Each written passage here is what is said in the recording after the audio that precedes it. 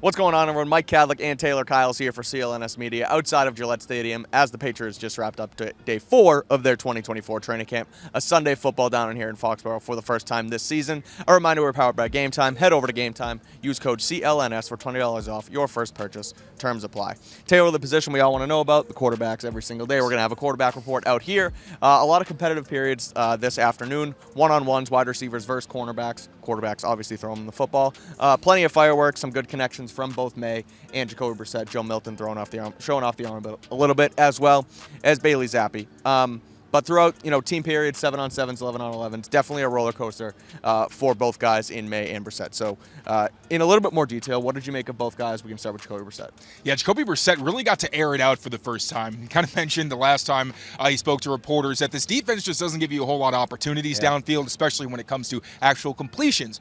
So during these one-on-one practices or sessions, which really do favor the pass catchers other than the defenders because there's no help. They're really, truly on an island. Right. We did see Brissett get to make some really impressive connections, show off a bit of that arm down the field. Then when it came to team drills, neither quarterback I thought looked great, but Jacoby Brissett especially was under pretty consistent pressure. That's been a theme whenever he's dropping back against the Patriots' top defense. Yep. I thought he was pretty shaky early on. There were some inaccurate throws I didn't love, but I thought he really ended the day pretty nicely, connected with his tight ends a bunch, especially Austin Hooper. Had one throw on a crossing route over the middle. Hooper was pretty wide open, but one of the few downfield connections we saw. And there was another play, like Brissett mentioned that practice is when you use it to really try some stuff and see what you can and can't get away with. See what windows you can hit, things like that. How strong your arm really is in a game situation. And he showed that on a throw to Austin Hooper. I'm pretty sure he would have been sacked either way, but he rolled outside the pocket, basically just threw it up for Hooper down the sidelines, and the tight end made a really nice adjustment with Kyle Duggar trailing to make a contested grab downfield near the sideline. So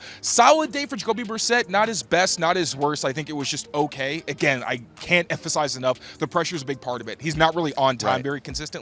Drake Maye, though, early on, it was exciting. He was inconsistent in one-on-one situations, but the highs were high. He had a beautiful ball to Juju Smith-Schuster on a corner route with Alex Austin right on his hip, ended up getting broken up. But I think it was Drake Maye's best throw at camp, considering those corner routes, they take timing and accuracy. And when you saw it in the air, you were like, all right, this has to be in the bucket or it's not getting completed.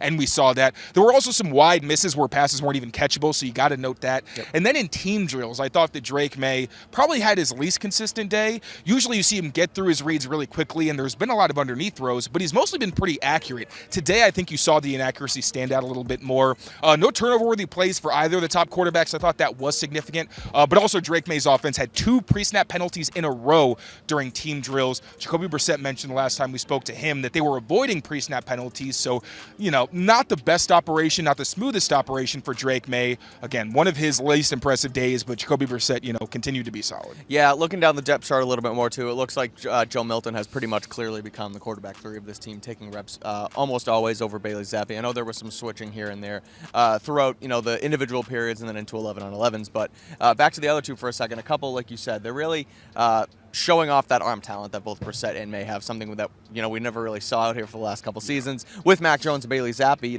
they can't just uncork it like these 2 guys can. And you mentioned the throw to Austin Hooper, too. That connection that Brissett and Hooper has shown out throughout the last couple days a lot from what they built together during those Cleveland days under Alex Van Pelt. So that's something to note as well. You mentioned, too, Brissett being under fire a lot from the offensive line. We're going to get into pads tomorrow, which is going to be very interesting, especially with, the different combinations they've used along the offensive line. We saw Caden Wallace at left tackle today, Chuks Okorafor at right tackle, something we saw on Friday as well. So I have a question for you. Do you think that that's what they're going to go with 2 days in a row before the first day of pads? Do you think that's what the starting offensive line combination is going to look like tomorrow? It feels like that could be it, considering that's the first time in training camp that we've got a consistent lineup back-to-back days.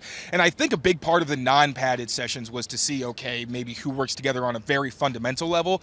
I think there will still be some switching early on when the pads do come on, but not that I'd be surprised, but again, I think because this is the first time we've seen continuity, we will continue to see Caden Wallace on the left side, Chuks Okorafor on the right side. We actually spoke to Caden Wallace today, and he really did downplay the whole switching of sides. He mentioned that, mentally, really more in the classroom, he's thinking about, okay, I got to go through this checklist in my head, but didn't seem like it was a huge deal for him.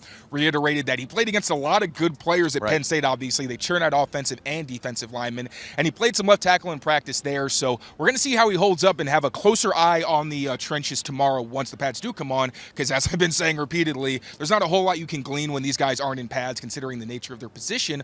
But I do think tomorrow is when we're going to start seeing more one-on-ones for those guys and have guys start to really assert themselves and separate themselves. Yeah, for sure. We'll have a trench report tomorrow on CLNSmedia.com following practice, again, because the pads coming on is going to be so important for those guys and for this team moving forward. So we'll see what happens there, of course. Make sure you check out all of our work on CLNSmedia.com.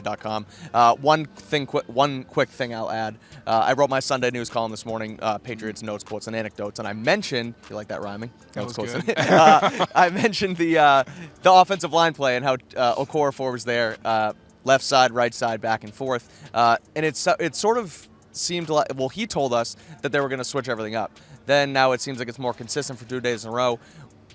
I don't want to say we, but fans and media members were noting the fact that when they brought in Okorafor, he wasn't really a left tackle, but they were going to kind of shoehorn him into left tackle. And then when Caden Wallace gets drafted, we were, it was confusing to see where they were going to put him. They said he was going to be a left tackle. Then he was a right tackle throughout the offseason program. And now he's kind of back at left tackle where we thought he was going to be and where Elliott Wolf said he would play. So Okorafor comes over from Pittsburgh as a right tackle, now playing right tackle. Caden Wallace now at left tackle, where it kind of seemed like they planned for him to be all along. It looks like, to me, that tells me that that's the ideal fit for them moving forward, and we'll see how it plays out through the rest of camp. Personally, I like Chooks on the left side just because he looks like the most athletic Yeah. guy, and I like having power on the right side in between those two. I think Caden Wallace gives you more of that, but we'll see how it works out. I wouldn't be upset if Caden Wallace is on the left side and does a great job. Right. A lot of moving parts. We'll see what happens. We'll cover all of it on Patriots Press Pass every single day. So make sure you rate, review, subscribe to the channel on YouTube, and follow along with all of our written work every day after training camp on CLNSmedia.com. Make sure to subscribe to Patriots Press Pass for all your Patriots news and updates on YouTube, and for all our written work, make sure you check out CLNSmedia.com.